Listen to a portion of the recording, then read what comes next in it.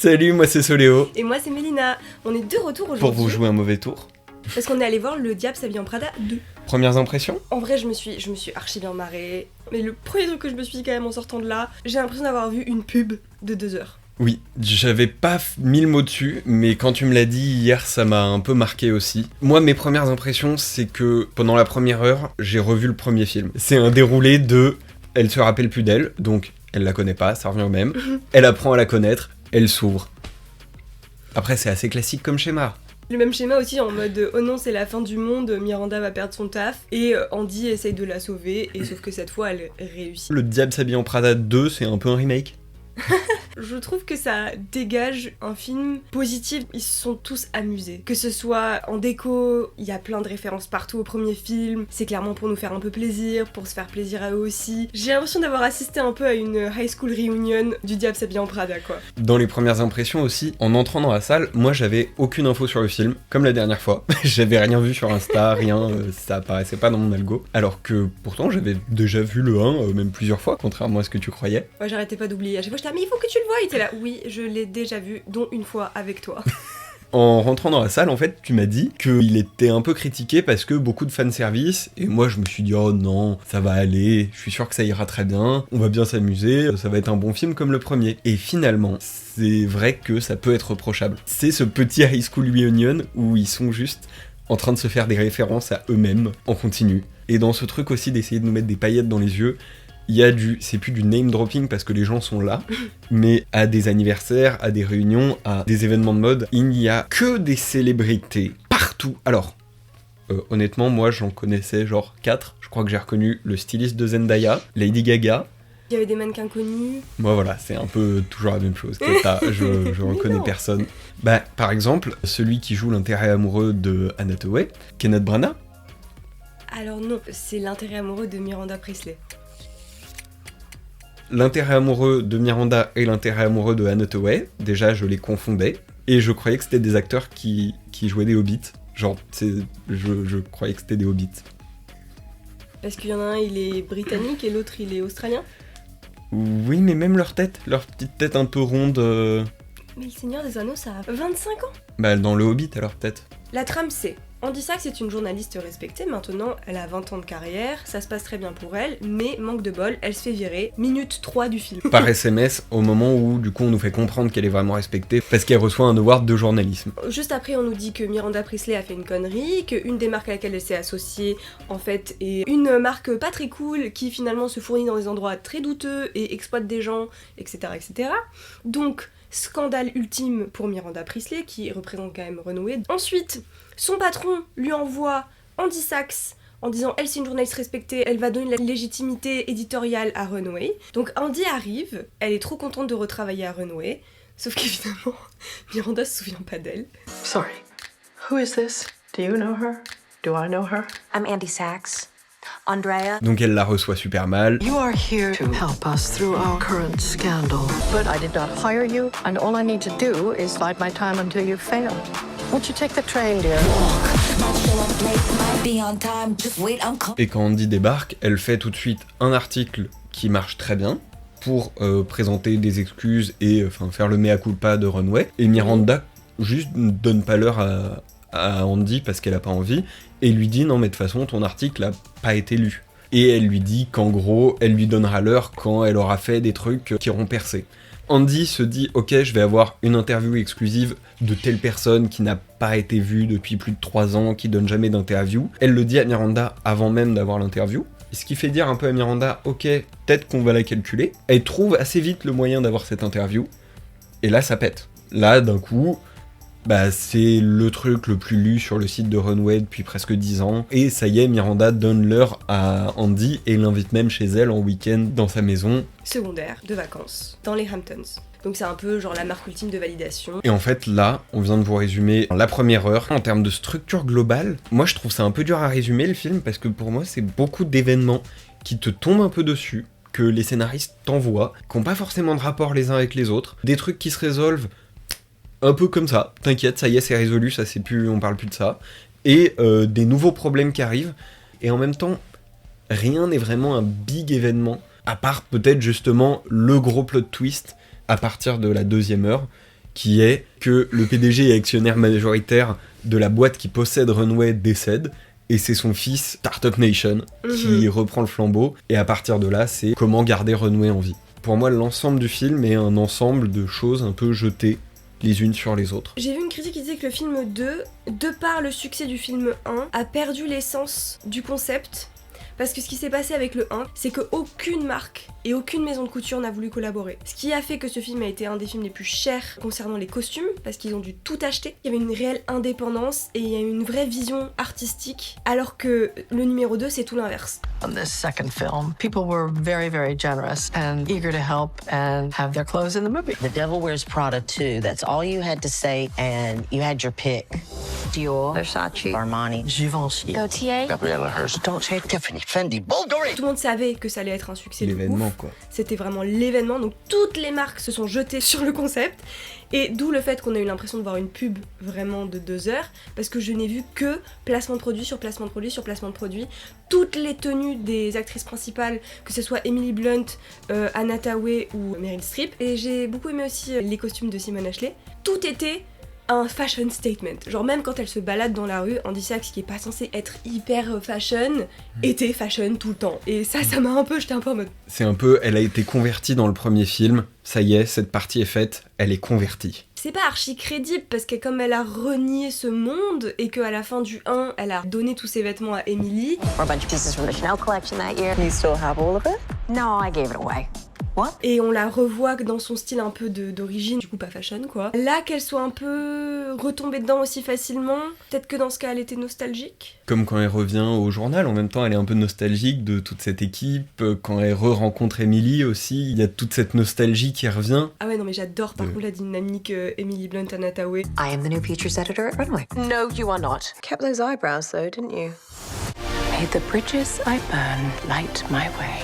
Emily Blunt j'adore, enfin elle est tellement drôle. Et il y a un moment donné aussi dans le scénario, moi que j'ai pas trop compris, c'est quand le fils reprend après la mort de son père, on voit clairement qu'il a envie de tout casser. Ça me fait trop rire qu'il ramène soi-disant McKinsey, les grands méchants, pour restructurer Runway. Et que Miranda ne fait rien. Et on pense que c'est parce qu'elle a un plan, et on nous fait clairement sous-entendre qu'elle a un plan. Mais en fait non. En fait pas du tout. Oui c'est vrai ça. Mais voilà, quand je dis des trucs qui sont posés là, c'est vraiment dans le scénar, c'est... Non mais peut-être du coup t'inquiète, elle a un plan. Bon bah ça se résout autrement, mais son plan... Enfin, il y a beaucoup de trucs qui sont jamais expliqués, mais pas dans le besoin qu'on les explique tout, juste, auxquels on donne jamais de sens, finalement. Parlons d'un autre truc qui n'a pas de sens. Elle est obligée de prendre l'avion en économie, mais par contre après sa chambre d'hôtel, c'est une suite gigantesque. Et puis on nous fera jamais croire qu'elle prend l'avion en économie, ça c'est juste une grosse blague pour faire pouet, regardez comme on est rigolo, ça marche à aucun moment. Pour moi, c'est de la facilité. Puis tu vois, on dit ça que genre, mais comment ils peuvent faire ça à Miranda, la mettre en économie? D'où t'es aussi impacté par le confort de Miranda? N'y crois pas. Weird. Le personnage d'Anna Thaoué, normalement ça fait 20 ans qu'elle a fait ce qu'elle voulait faire, elle a réussi à être une journaliste crédible, il nous le montre tout de suite dès le début en lui attribuant un prix. Le seul truc c'est que moi j'étais un peu déconcertée par à quel point elle est déstabilisée par la présence de Miranda Priestly. Et ça pour moi c'est une insistance sur à quel point en fait Miranda c'est une mauvaise personne, genre violemment mauvaise. On comprend d'autant plus l'emprise psychologique qu'elle a sur elle, mais on voit que en fait c'est pas la bonne manière d'être et que faut pas forcément cautionner ces personnages. Andy passe son temps à continuer d'essayer à plaire et à finalement excuser et aider Miranda, qui reste horrible avec elle tout du long. Elle est horrible avec tout le monde, ça change pas du premier. Elle est un peu plus supportable parce que Meryl Streep s'amuse plus, mais ça reste une personne horrible que Andy continue de juste valider et de vouloir aider alors qu'elle fait pas grand chose pour elle en face. Le côté où elle perd complètement ses moyens dès qu'elle s'adresse à Miranda, ça accentue ce point de vue-là, et ça aide à contrebalancer le côté plus accessible que Meryl Streep lui a donné. Andy Sachs, quand elle arrive dans le premier film, elle connaît pas l'ampleur de Runway, elle est pas intéressée par la mode, c'est pas son univers, c'est pas ce qu'elle veut faire, donc elle est pas impressionnée. Et là, c'est tout l'inverse en fait. Elle arrive et elle est hyper heureuse de revenir là. C'était intéressant de voir comment dans le premier film, cette Andy jeune n'était pas du tout ni impressionnée ni impactée par la présence de Miranda Priestly, bon à part le fait que c'était sa boss, et qu'elle l'a humiliée à plusieurs reprises et qu'elle l'a traitée très mal. Mais au-delà de ça, le personnage de Miranda Priestly n'avait pas d'impact sur elle. Alors que là, c'est tout l'inverse. Elle est complètement déstabilisée par Miranda Priestly, elle est hyper fan. En fait, elle est la personne qu'elle aurait dû être quand elle est arrivée à Runaway dans le premier film. La personne que les gens s'attendent à retrouver, oui, en fait. Ouais. Oui. Mais c'est vrai que c'est étrange, parce qu'elle est censée être beaucoup plus en place. Elle est censée avoir justement ce statut de journaliste reconnu. Elle a fait le choix de partir dans ce premier film, donc c'est qu'elle n'a pas été atteinte par ça. Et donc là, elle arrive et on dirait une espèce de fangirl. Et moi, ça m'a fait drôle. Alors ça, pour le coup, ça a peut-être été renforcé par... Attention, tu vas te fâcher, mais j'ai trouvé que Anne Hathaway était un peu mauvaise dans ce film. Je la trouve toujours un petit peu à côté de la plaque, et il y a ce mimique, mais ça doit être une direction d'acteur qu'on lui a donnée, où elle se cache le visage tout le temps, un peu comme une petite fille, ou un petit personnage timide, qui va pas du tout avec ce qu'elle est censée être, et elle le fait pas que en présence de Miranda non plus, où du coup elle serait un peu sous l'emprise, elle le fait un peu globalement. Et ça m'a dérangé, moi. Je comprenais pas. Elle a perdu la confiance en elle qu'elle avait dans le premier film. Et je me demande pourquoi. Après, ça crée des situations comiques. Je pense qu'il y a de ça, hein. Elle vénère vraiment Miranda Priestly et ça, c'est trop bizarre. Je comprends pas pourquoi, en fait. Qu'elle l'admire, ok. Mais qu'elle la vénère à ce point-là et qu'elle attende autant sa validation, alors que dans le premier film, elle voulait rester dans ce job 1 an pour ensuite pouvoir travailler là où elle voulait plus tard. J'avais oublié ça. Et justement, je crois que j'allais te redemander de me briefer la fin du premier. Mais du coup, voilà, la fin du premier, effectivement, elle part. Elle s'est rendue compte que le coût était trop élevé, et donc elle a dit non. Et là, elle revient. Parce qu'elle a été virée de son job, et que ça tombe du ciel, et on lui propose de la payer 2 fois mieux que dans son ancien job. Peut-être ce qui a manqué à Anne Hathaway, et ce qui t'a fait toi la voir un peu mauvaise, c'est ce surjeu du manque de confiance et d'admiration pour Miranda Priestly, qui est pas vraiment justifié. Qu'est-ce qui peut nous donner l'impression qu'un acteur joue mal ? C'est soit qu'il joue vraiment mal, soit que ce qu'il est en train de jouer n'a pas de sens. Oui, et c'est peut-être de ça, hein, finalement. Et je pense que c'est plus ça, ouais. Quand on est comédien et qu'on nous donne une direction de jeu ou qu'on nous demande de faire quelque chose et que ça n'a aucune accroche, que ça sort de nulle part, etc., soit on n'y arrive pas, soit on demande plus de contexte et on lui donne de la substance, quoi, parce que... Soit on est vraiment excessivement bon et ça se voit pas. Non, mais si on est excessivement bon, c'est que nous-mêmes on a su donner du contexte. Si pour moi elle est un peu à côté de la plaque, c'est peut-être parce qu'elle-même croit pas à ce qu'elle joue et qu'elle remet un peu en question le scénar, ce qui a du sens, hein, mais qui n'est pas la place d'un acteur s'il veut paraître bien. Ça m'a fait tellement plaisir de revoir Meryl Streep dans ce rôle. Après, j'ai vraiment l'impression qu'elle l'a abordé d'une autre manière, parce que dans la première version du film, c'était la première fois qu'elle tentait la méthode acteur studio. Et qu'elle avait dit qu'elle le referait plus jamais, c'est pas elle ? Et elle a dit que ça l'a rendue tellement malheureuse qu'elle le ferait plus jamais. Et là, pour le coup, elle a l'air de s'amuser. Ouais. On voit un peu une autre Miranda, surtout dans la deuxième partie, je pense. Oui. Qui est beaucoup plus ouverte. Même ils essayent un peu de corriger ses défauts du 1 en mettant cette assistante du coup qui est jouée par Simone Ashley, qui est... Moi, je trouve très bien, où elle la reprend sur tout ce qui est politiquement correct ou pas. D'ailleurs, en parlant de ça, le moment où elle dit qu'elle comprend pas pourquoi dans leur défilé va y avoir autant de mannequins body positive. Alors, déjà, elle est incapable de le dire, hein, mais voilà, ça c'est Miranda. Mais je ne comprends pas, parce que moi, je n'en ai pas vu dans le défilé, à part un tout petit plan d'une demi-seconde sur une personne qui doit faire du 38 à tout péter. Et moi, je l'ai même pas vu. Et vraiment, enfin... Leur défilé n'a pas de mannequin grande taille. J'ai un peu du mal à comprendre le rôle d'assistante qu'a Simone Ashley. Elle a quand même un certain pouvoir sur Miranda quand elle la corrige sur les termes qu'elle utilise en meeting. Alors qu'il y a 20 ans, l'assistante c'était... un meuble. Fallait qu'elle soit invisible, toujours là quand il faut, fallait qu'elle anticipe tout. Elle a l'air d'être une assistante. Peut-être avec un contact au RH. Grâce à elle, on voit que ce poste a évolué. Elle a le droit de dire quelque chose et de corriger Miranda, mais globalement Miranda en a rien à foutre.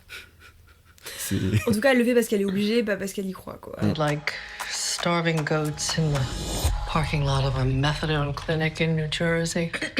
What am I not allowed to say? Methadone? New Jersey. Anyway, you know what I mean. Ce qui est assez crédible au fond. J'ai constaté une réelle volonté d'apporter du féminisme dans cette histoire. Les personnages principaux sont des femmes, les hommes un peu au deuxième plan, Même Nigel, ce qui est étonnant, ça reste très cliché, mais on n'en voit pas assez. Le fait que ça soit Lucy Liu qui sauve la situation, milliardaire femme. J'ai adoré voir Lucy Liu, parce que j'adore cette actrice. C'était un peu caméo, parce qu'elle apparaît au début, puis elle apparaît à la fin, et c'est un peu l'héroïne de l'histoire. C'est un peu mis en avant aussi le côté engagé du film par Miranda, qui passe son temps à être corrigée. Mais en même temps, c'est fait quand même de manière très superficielle. Il y a quand même beaucoup de choses très problématiques dans le film 1, et qui sont assumées comme étant problématiques. Par exemple, le fait que Miranda Priestley appelle Andy Sachs grosse. Ouais, c'est l'époque, C'est abordé très vite fait. Elle lui dit, mais si, tu te rappelles, j'étais... L'assistante grosse. Mais en même temps, pas réabordé du tout. Le fait que oui, elle soit aussi contre le concept d'avoir des mannequins grande taille. On lui dit juste qu'elle a pas le droit de le dire, mais à part ça... Ça reste quand même la papesse de la mode. Ils ont voulu corriger les défauts de Miranda Priestley quand elle accroche son propre manteau parce que, il s'avère qu'à l'époque, elle lançait les manteaux sur les gens. Il y a eu des plaintes au RH. Elle essaye un petit peu de progresser, mais encore une fois... Sous la contrainte. Parce que clairement, ce personnage-là ne serait plus du tout accepté actuellement. Faut lisser, faut corriger un petit peu, mais pas trop, mais un peu. Moi je suis d'accord avec toi par rapport à ça, ça n'efface rien. Ça n'efface pas le fait que c'est une mauvaise personne, que c'est un bulldozer qui clairement ne pense qu'à elle. Peut-être que c'est un génie, peut-être. Peut-être que le film essaye de faire genre il est engagé en mettant en avant le désengagement de Miranda, mais en fait ça reste un tout petit pansement. Oui, quoi. tu vois que ils ont dit on va pas pouvoir la ramener comme ça, donc il va bien falloir qu'on corrige un petit peu. Donc ils l'ont fait avec humour, ce que je trouve très bien, parce que je vois pas vraiment ce qu'ils auraient pu faire de mieux non plus. Pour son personnage, non, oui. Meryl Streep joue peut-être très bien la connasse, mais elle est incroyablement charismatique, elle nous convainc très vite et on l'adore tout de suite. Elle sourit dans ce film.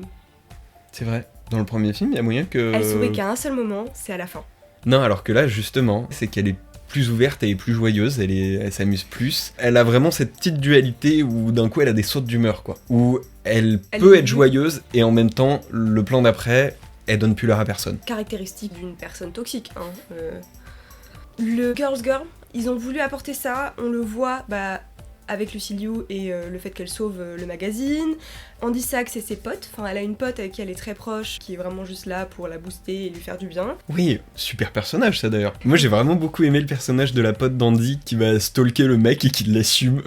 Très drôle. Oui. Très drôle comme pote. Ouais, la galeriste. C'est un peu la pote qui est toujours là pour elle et je trouve qu'elle est super. Ça change du film 1, parce que dans le 1, ses potes... c'est pas des potes, ils sont vraiment pas cool en fait. Son mec, tout le monde dit que finalement le vrai méchant du 1 c'était son mec, parce que clairement le mec ne supporte pas que sa meuf soit investie dans autre chose que lui. Là au moins ils lui ont donné une vraie amie, donc ça fait plaisir. Et même l'histoire d'amour, elle passe un peu au deuxième plan, moi je t'avoue que je la trouve inutile. Alors moi ce que j'ai bien aimé c'est qu'on peut faire un parallèle avec le premier film qu'on nous a review il y a 2 semaines, il y a 1 mois du coup. Ah oui c'est vrai. Cette fois, le mec a lu un article d'elle, voire plusieurs articles d'elle après l'avoir rencontrée. Il s'est vraiment renseigné sur elle, mais lui trouve ça creepy.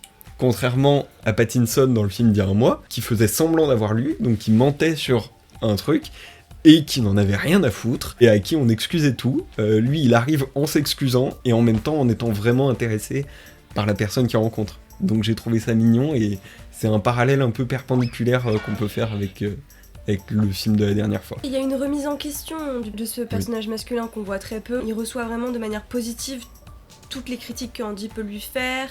Il ne lui met absolument pas les bâtons dans les roues, bien au contraire. On dirait qu'il est juste content d'être là. Donc ça fait plaisir de voir aussi un intérêt amoureux un peu au deuxième plan, qui n'est pas là pour nous faire chier, et là juste pour nous apporter un peu de douceur. Et bon, il faut bien que ça reste quand même un gros film blockbuster. Peut-être j'abuse, c'est pas ça qu'il faut dire, mais, oui, mais si. Une femme célibataire et qui est contente d'être célibataire, on n'est pas encore là, quoi. C'est un peu dommage, mais bon. Après, la blague est drôle quand elle dit que ses enfants sont dans une clinique, dans un congèle. Elle a congé ses ovocytes. Après, parlons de la crédibilité de ce personnage masculin. 40-50, blanc, plutôt aisé. Entrepreneur, merci. Oui. Célibataire, pas problématique.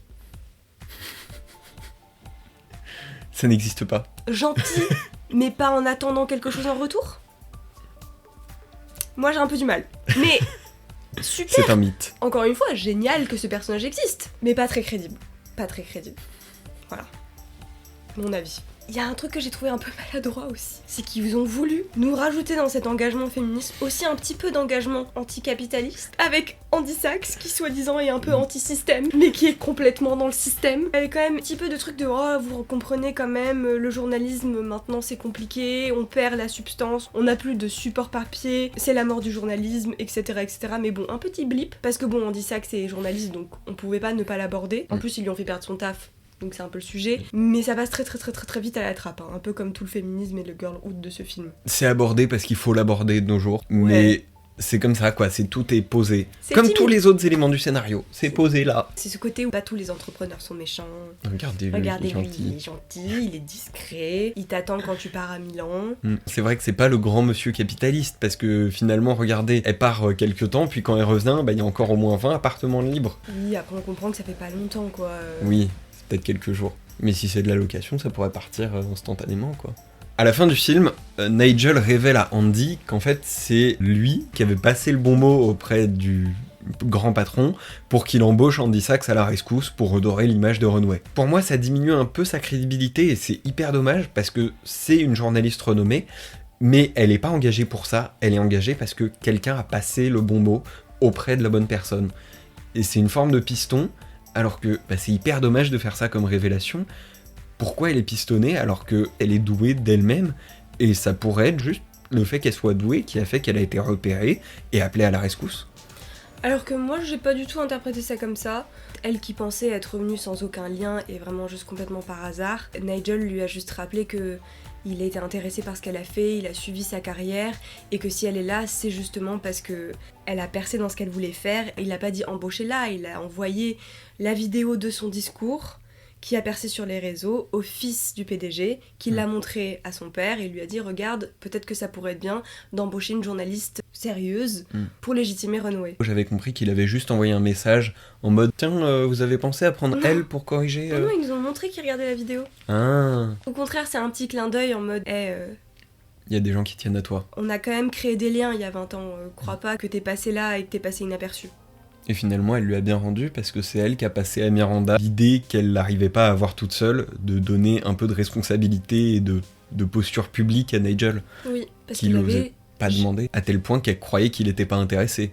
Enfin, elle croyait dans son petit ego, quoi. Et au moment où elle lui fait réaliser, il y a tout ce long plan où elle réalise, elle enlève ses lunettes et elle comprend, et elle va le voir émue. On voit beaucoup plus aussi d'émotions chez Miranda Priestly. Il y a eu des moments, j'étais en mode mais elle a les larmes aux yeux. Tout de suite après, on nous expliquait pourquoi, où il y avait un contexte qui nous faisait comprendre que... Et c'est le jeu de Meryl Streep qui me faisait voir ça, et... C'est cool aussi de l'avoir nous montré un peu tout ce qu'elle sait faire. Tu dirais que c'est plutôt une bonne actrice, Meryl Streep ? Et donc en point positif et négatif, qu'est-ce que tu retiendras de ce film ?